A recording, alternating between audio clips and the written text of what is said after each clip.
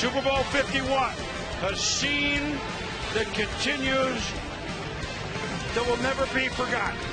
The Patriots somehow, some way, from 25 points down, have won Super Bowl 51. The commissioner shakes hands with the MVP. He gives the trophy to the Kraft family, Robert, Jonathan, and New England. Where do we begin? Where do we end? This is NFL Primetime. You know the music. You know the scene. I'm Chris Berman. This is a one-time MVP of this Super Bowl, Steve Young. This is Randy Moss, who played with Tom Brady and Bill Belichick and the Patriots. All we have to say is if this was preordained, the commissioner and the trophy and the history, and if this was preordained, what an odd way to deliver it. Wow! I feel like I was a witness. I feel like something really special generationally happened in one of the great football games in the history of the game. And then it happened to be at a time and a place where Tom Brady, I mean, those of us that have climbed Everest and put the flag in and smelled the air, the lack of it or whatever else, but then you have to come back down. And I just got to feel that Tom Brady has basically built a house up there. He's just going to live there. He doesn't like the lower elevation. He's just going to hang out there. And there's something about tonight that just feels like it's different than any of the big games. How many Super Bowls have we sat or stood and watched the last play go either way? Great games, but something about this game and what it meant for 5 Super Bowls for the Patriots. Tom Brady 5, and what was on the line and how it came and unfolded.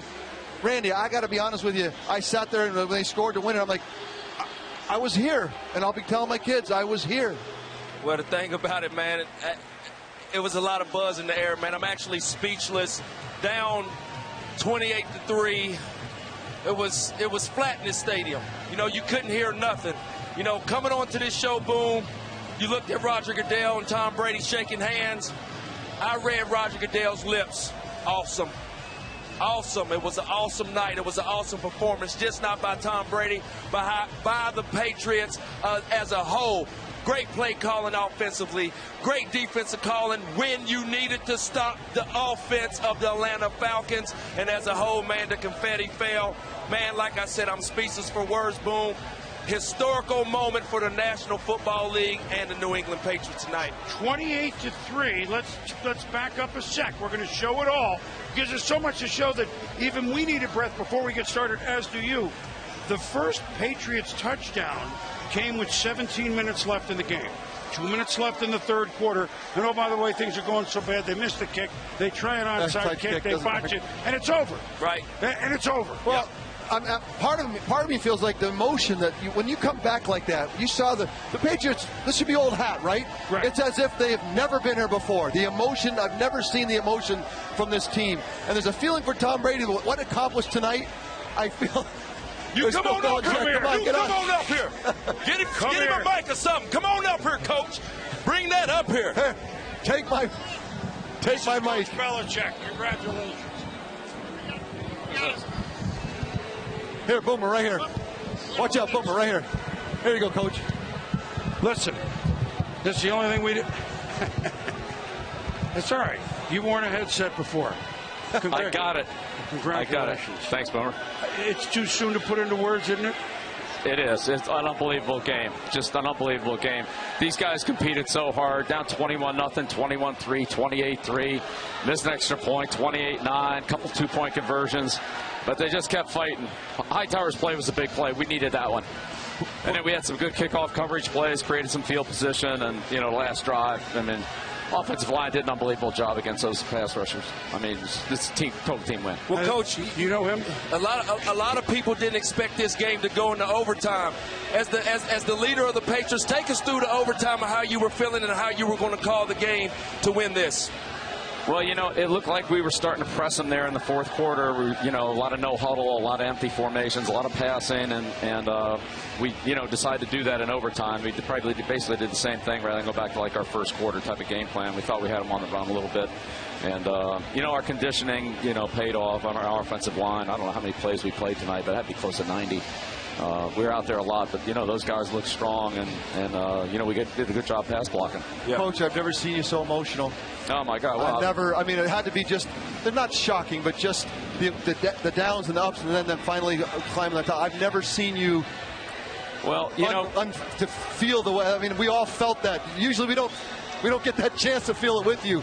And we all felt it with you the way you were showing it. Yeah, I think, in the third quarter, we were just thinking if we just get it to a one-score game or just get it to a 10-point game, but we never really could until we got the turnover, and then we scored, and then we got the 2-point conversion and were able to back them up with a good kickoff. Of course, they got right out of there, and then the holding penalty and the sack there kept them out of field goal range, so that was a huge play for us, too. So, but, we're just trying to get it to a one-score game. Thought, anything could happen there, but we had a hard time getting to that point. You'd like to say, okay, whatever they had at 25, 30 minutes at halftime, there was a speech and we came fine. But even the third quarter wasn't first score wasn't until 2 minutes left in the third quarter.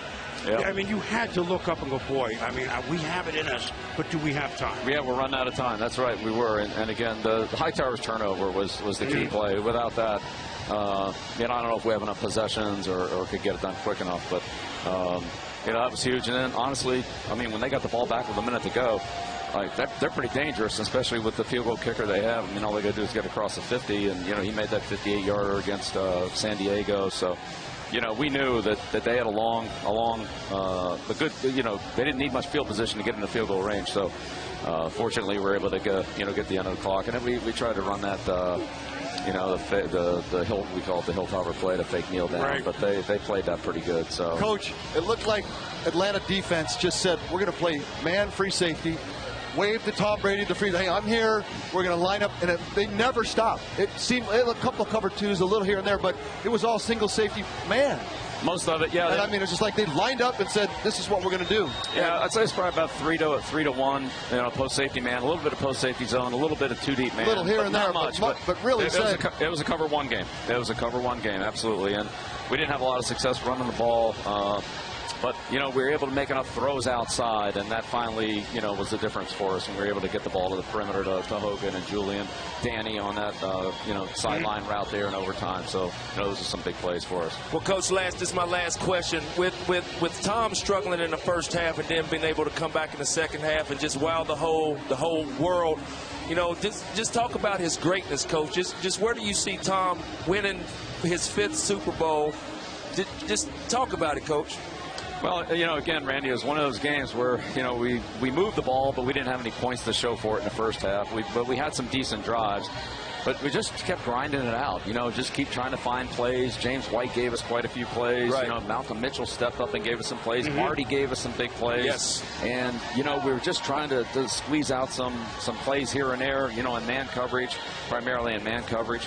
And you know how Tom is. I mean, he just grinds away, We can do this, and okay, well, it looks like we can do that. And it looks like, okay, we can do this. And, we had some of those 1st and 10, 2nd and 10s, but finally on 3rd and 10, we hit it. Was that a halftime adjustment, knowing that y'all had to beat man coverage? Is that something y'all did on the sideline in the second half, knowing that y'all had to do it? Well, I'd say we saw it about midway through the first quarter. Okay. We said, okay, to me, the game declared at the end of the first quarter. It was a man-to-man game with free safety, and it was an outside run game. And, we didn't do a great job at either one of them, but it declared early, and then we just played it from there. Let's love you, man. Thank you. Congratulations, Coach. I got one more, but let's back up to Julian Edelman's catch, which was in a sea of about 4 players. Yes. They challenged. It was close. What was your? What did you think before they challenged you? Did you think, okay, they called a catch? Yeah. That put it all into motion, didn't it? Yeah, well, I mean, first of all, the catch that Julio made on the sideline was unbelievable. And I had the flag out of my pocket, and then I saw the replay on it, and it wasn't even close. I mean, he got both feet down 5 foot. And then Julian's play, it looked like, no, kind of like, the Seattle game, right. On Malcolm. And then when they replayed it, it was, he got his hand under there. So that was a great. So the conversation then for that drive to tie it. Give me a couple of conversations with you and Tom, and I'll let you go. You've been more than gracious. So now you got the ball, you're in position, you got plenty of time. Yet, Yeah, I mean, look, everything's, it's 4-down territory. We're going to, try to use our backs. They gave us a couple zones there at the end. We were able to hit James on those little angle routes against. I think they finally figured, hey, got to do something different. Yeah, they played that weak side zone coverage, and so there was a lot of space there. Tom, saw that and hit it. Josh called a great game. He had some, and getting Danny, that was another zone call where the safety was kind of inside. Danny ran the option route on the curl defender, beat him to the end zone. So, great execution. And you got to give our offensive tackles a lot of credit. I mean, Nate and Marcus Cannon blocked Beasley. They blocked Reed, and they blocked Freeney. Not perfectly, but, they blocked them. I don't know how many times they threw the ball. It had to be 60 passes tonight. Yep. Listen, just another night at the office. Right, Bill? It was an amazing night, Chris. Unforgettable night. And, of course, to be able to, have Stephen and Brian on the staff, to win one with them is just makes it even more special. Congratulations. Number 5. I mean, and this is, I know on your farewell tour, I'm glad I can make a stop on that, too. Well, you know what? And you gave me overtime. You didn't want to let me go. Thank you very much. That was very kind of you. I appreciate it. You got it. Thank you. Congratulations. Thanks, Steve. Thank you. You got it. Thank you, lady. Thanks for coming. I mean, really appreciate it. All right, you got it, Coach. Hey, thank you. Well, a little unexpected. how's that for you? So you wanted to break down the game? Tell you what. So the analysts need to go. We're done. Analysts need to go home now. So, all right, the game. What were we talking about? Some game? Why don't we come back and show you what happened? Houston, hello!